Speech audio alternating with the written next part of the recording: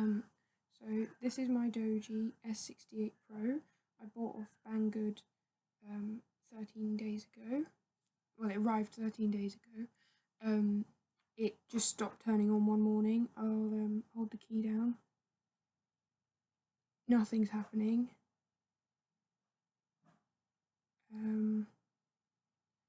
Absolutely no response. The email I got asked to show holding the power key and the volume key at the same time for 5 seconds.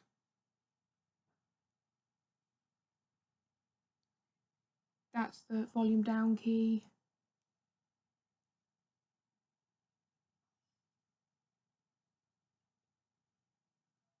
That's the volume up key. Still absolutely no response. It's just completely